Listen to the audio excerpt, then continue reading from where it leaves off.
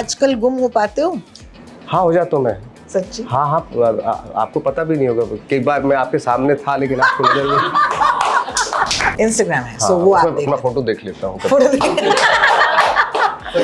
क्या? हाँ, कमेंट भी मैं देख लेता हूँ, DMs स्पेशली जब गालियाँ पड़ती हूँ देख लेता हूँ।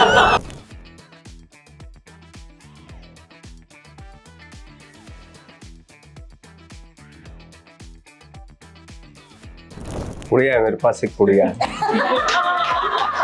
वो खाता हूँ उसके ऊपर पानी को, या 2-4 गालियाँ सुन लो इंटरनेट पे अपने बारे में। तो वाइफ बोलती है कि यार, या गर्लफ्रेंड बोलती है कि कहाँ यार, मेरे लिए क्या टाइम, तुम तो ज़्यादातर बिजी रहते हो, ये है वो, खत्म करो यार, छोड़ो, डिसीजन ले लो, खत्म करो, डिसीजन ले लो। या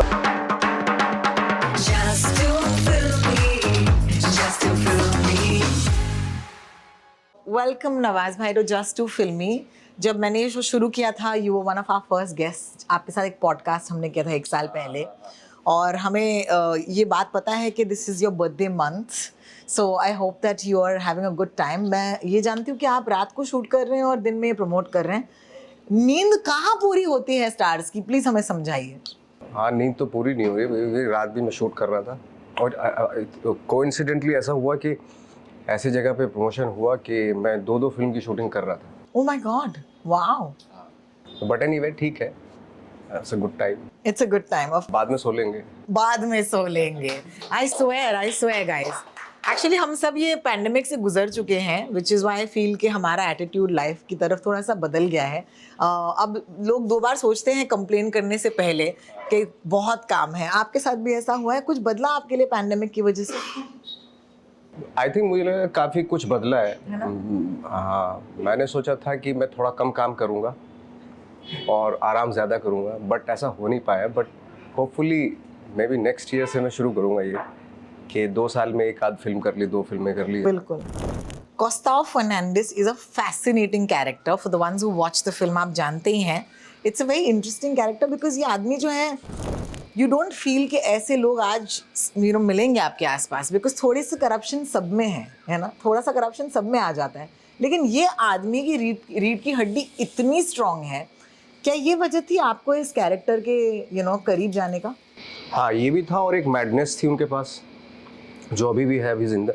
वो मुंबई में एक छोटे से घर में रहते हैं, रूम में रहते हैं, एक ही रूम है तो, लेकिन कंप्रोमाइज़ नहीं किया उन्होंने अपने डिसिप्लिन से, अपनी जो भी उनका अपने थॉट से, अपने तो इसलिए मुझे ज़्यादा इम्प्रेस किया उनका जो फिलॉसफी है लाइफ की, उसको लेके कभी कंप्रोमाइज़ नहीं किया उन्होंने। भले उनको बहुत छोटे से उसमें रहना पड़ रहा है, कई सालों से रह रहे हैं, अकेले रह रहे हैं, कोई जानता भी नहीं था उनको।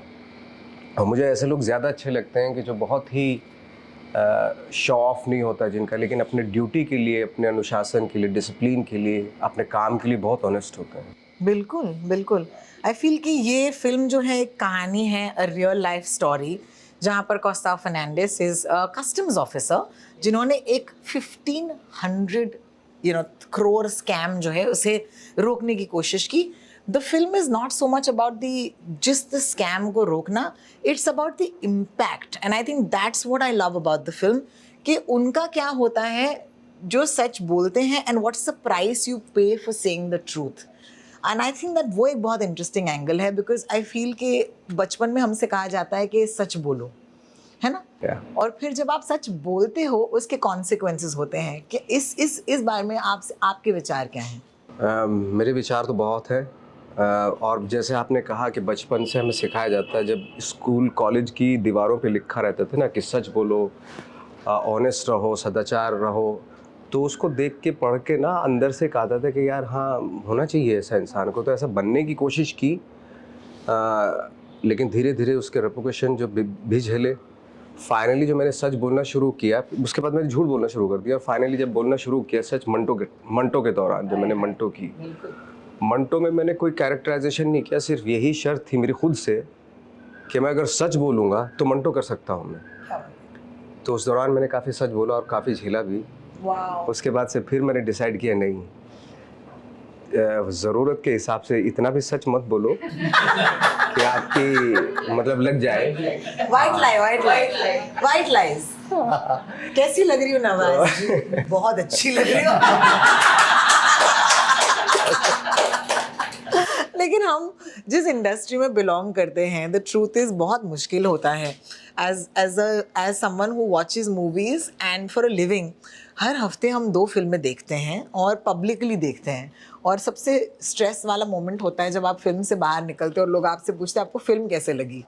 ओ माय गॉड, वो वाला सिचुएशन जो है आपके साथ हुआ है कि आपको फिल्म अच्छी नहीं लगी और आपको झूठ बोलना पड़ा? हाँ, झूठ बोलना पड़ता है, बट एक चीज़ अच्छी लगती है मुझे, जो सच और झूठ के बीच में, जब देखो रियल लाइफ में तो मैं सच नहीं बोल पाता हूँ, लेकिन जब कैरेक्टर मिलते हैं उसका सच बोलने का मौका मिलता है। इसलिए एक्टर्स जो है ना वो बहुत ब्लेस्ड हैं, उनको चांसेस मिलते हैं कि जो कैमरा है उसके सामने आप कितना सच्चाई के साथ अपने आप को रख सकते हो। एक मोमेंट होता है। इसलिए मैं जब भी कैमरे के सामने हो तो मैं कोशिश करता हूँ कि इस कैरेक्टर का कितना सच हो सकता है और नवाज तो कितना ऑनेस्ट हो सकता है, क्योंकि ये अपॉर्चुनिटी है मेरे साथ। बिल्कुल बिल्कुल। वो एक टाइम हम लोगों को मिलता है जहाँ पे हम कैरेक्टर का सच बोलते हैं, बाकी सब झूठ बोलते हैं। रियल लाइफ में मैं झूठ बोलता हूँ। Oof, that's amazing. आईना और कैमरा कभी झूठ नहीं हमें पेश कर रहा है। आईना और कैमरा, हाँ, कैमरा पकड़ लेता है और कैमरा सिर्फ आपको नहीं देखता, आपके अंदर जो है उसको देखता है। कैरेक्टर को देखिए। बिल्कुल। I do want to ask you कि इस फिल्म में बहुत सारे, as I said, the film is not so much about कि ये जो एक थ्रिलर एस्पेक्ट है, even though film is thrilling, मेरे लिए जो इस फिल्म की बात जो रह गई मेरे साथ इज एक, कोई भी हीरो जो होता है, ओके, अगर आप देखें हमारे आसपास में, हमारे हिस्ट्री में जो हीरोज़ होते हैं, उनके निजी जीवन में क्या चल रहा होता है, क्योंकि वो बाहर के लिए हीरो हो सकते हैं लेकिन अपने निजी जीवन में वो विलन बन जाते हैं, क्योंकि आप बाहर को अहमियत देते हो, right? And there are some scenes guys between Nawaz and Priya Bapat and they are absolutely fantastic. Please इसके बारे में बात कीजिए, बिकॉज आई फील कि यहाँ पर कितना एक्सप्लोर करने को मौका मिला है एक्चुअली। आई थिंक जैसे आपने बताया कि लाइक प्रिया का नाम लिया, प्रिया बापट का, जब मैं उसके साथ सीन्स कर रहा था तो मुझे इतना आइडिया नहीं हो रहा था कि इसका फिल्म में कैसे निकल के आएगा। कभी कभी कुछ एक्टर होते हैं कि जब करते हैं तो ज़्यादा आइडिया नहीं होता, लेकिन जब फिल्म में आता है तो लगता है कि हाँ। जैसे दिलीप साहब के बारे में हम लोग सुनते थे कि वो जब शूटिंग कर रहे थे तो डायरेक्टर बोलता था यार ये दिलीप कुमार है, लेकिन लग तो नहीं रहे हैं कि ऐसा कुछ खास तो कर नहीं रहे हैं, तो ये तो नॉर्मल सा ही तो बोल रहे हैं ये। बट वो नॉर्मली बोलना ना, वो एक तरह के सच्चाई को रिप्रेजेंट करता है। जब वो फिल्म में आता है तब पता चलता है एक्चुअली। तो प्रिया के साथ ये चीज़ मैंने देखी, और क्योंकि क्या है ना, हर वक्त थिएटर करते हैं वो लोग, इतना थिएटर करते हैं कि वो हमेशा वार्म अप रहते हैं। मोस्ट ऑफ द एक्टर्स जो थिएटर से हैं वो वार्म अप रहते हैं। तो लाइक, और जैसे हमारी क्लाइमेक्स भी है फिल्म की, हमने ये नहीं कि अब कौस्ताब निकलेगा और बदला लेगा और सबको गोलियों से उड़ के मारेगा और ये वो सब, ऐसा कुछ नहीं है। क्लाइमेक्स से उसकी खुद से कन्फ्रंटेशन, एक ग्रेवयार्ड पे जब बैठता है, वो बैठने के बाद उसको बोलता है कि तुझे मालूम है, एक मरे हुए आदमी को बोलता है तुझे मालूम है कि मैंने तुझे नहीं मारा। तो वो जो उसका कन्फ्रंटेशन है उससे ग्रेव पे बैठ के, वो आई थिंक हमारी फिल्म की क्लाइमैक्स है, जो शायद बहुत सारे लोगों को पचना, डाइजेस्ट नहीं होगी, क्योंकि हम हैबिचुअल हो गए हैं कि हमारी क्लाइमैक्स जो है ना लार्जर देन लाइफ होनी चाहिए। बट हमने ऐसा बिल्कुल नहीं किया कि क्लाइमैक्स इसकी ये है, that's it. And I think the 2 actors जब एक सीन में होते हैं, एंड आई फील कि अगर दोनों एक्टर्स सक्षम हो तो उन एक्टर्स को ही मज़ा आता है यार। आई फील कि ये भी इम्पोर्टेंट। एब्सोल्युटली जब अच्छा एक्टर आपके सामने होता है तो वो कहीं ना कहीं आपको प्रोटेक्ट करता है। यू नो, आपको लगता है कि मैं सही इंसान के बीच में हूँ, मुझे कोई इनसिक्योर होने की ज़रूरत नहीं है, यू नो, और उससे सीन बनता है, गिव एंड टेक से फिर वो सीन बनता है। बिल्कुल। I think there is an anger at some point जहाँ पर नवाज भाई कहते हैं उस सीन में कि you keep giving me a धमकी कि तू निकल जाएगी। तो at some point he really gets very angry and he says तो तू निकल, you know. And I am not kidding you, that scene is so triggering because I feel के बहुत सारे लोगों के साथ, I think you don't have to be a hero, आपको कौस्ताव होने की ज़रूरत नहीं है, आप कोई भी हो सकते हो, आप पटेल हो सकते हो, आप शाह हो सकते हो, आप रामनाथन हो सकते हो। जब दो है ना, लेकिन जब 2 लोगों के बीच में जब ये अनबन होती है, वो एक फाइट दो लोगों के बीच में है, वो बिल्ड करना, वो बिल्डअप होना. प्लीज टेल अस कि ऐसे सीन्स में how, what is the process, because आप झट से वहां नहीं पहुंच सकते हो, एक बिल्डअप होता है. आप थोड़ा सा इसके बारे में एक इंसाइट हमें दे सकते हैं?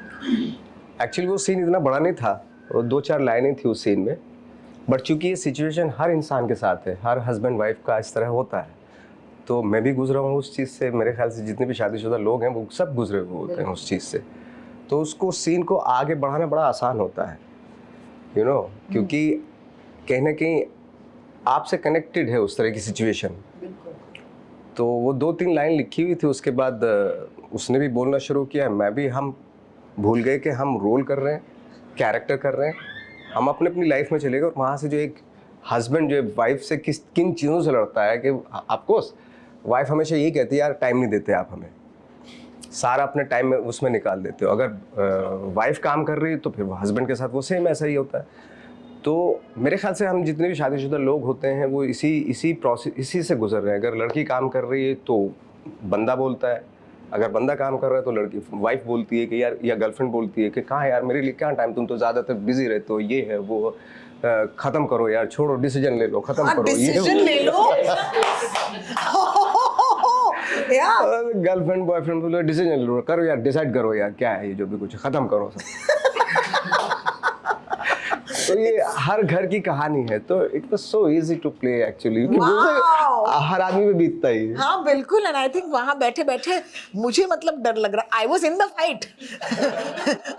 पर्सनल हो जाते हैं ना, because I think movie viewing इतना बदल गया है. I think there is a huge debate these days, you know. 2-3 पिछले कुछ दिनों से there are lot of, you know, big, बड़े बड़े लोग आए हैं मुंबई शहर में, बात कर रहे हैं about the future of cinema, the future of entertainment, है ना. तो वहाँ पर लोग कह रहे हैं कि सिनेमा व्यूइंग जो है, थिएटर में जाना बहुत ज़रूरी है. बट आई स्टिल फील कि ये पूरा मीडियम ही बदल गया है, यू नो. यहाँ पर आज जो सोलो व्यूइंग है, and I am not saying one is better than the other, I am just saying वो अलग अलग चीज़ें हैं. सोलो व्यूइंग का आजकल ऐसे हो गया है कि एक पूरा गैजेट आपका है, तो आप जिस तरीके से कनेक्ट कर रहे हो एक कंटेंट के साथ, वो इससे पहले कभी नहीं हुआ. तो ये मेरा कंप्यूटर है, ये मेरा कौस्ताव है, ये मेरा नवाज है, और मेरा एक अलग रिश्ता बन रहा है.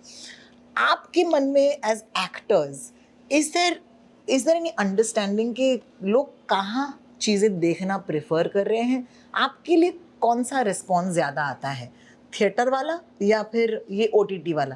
And I am not saying कि what do you prefer, I am just saying as a artist आपको कुछ समझ है इस बात की अभी? आई थिंक चूँकि फिल्म जो है ना वो पब्लिक में जाती है, तो लोगों के साथ बैठ के ही देखने का दस्तूर होता था पहले भी, और वही उसी से और वही आई थिंक मज़ेदार चीज़ होती है जब लोगों के बीच में बैठ के आप फिल्म को देखते हैं. तो बहुत सारे बोरिंग लोग भी जाते हैं देखने के लिए, लेकिन जब रिस्पॉन्स आसपास से आता है तो वो भी इन्वॉल्व हो जाते हैं. अकेले बैठने वाला जो है वो थोड़ा सा सिस्टम मुझे डाइजेस्ट नहीं होता. बट एक अच्छी बात यह है कि जो दौर इस वक्त पे चल रहा है कि जो कहना चाहिए कि जो मॉडेस्ट बजट की फिल्में हैं उनको रिलीज़ करना बहुत डिफ़िकल्ट है आज की डेट में, क्योंकि सब वो उस तरह की फिल्में ज़्यादा, इवेंटफुल फिल्में ज़्यादा रिलीज़ हो रही हैं.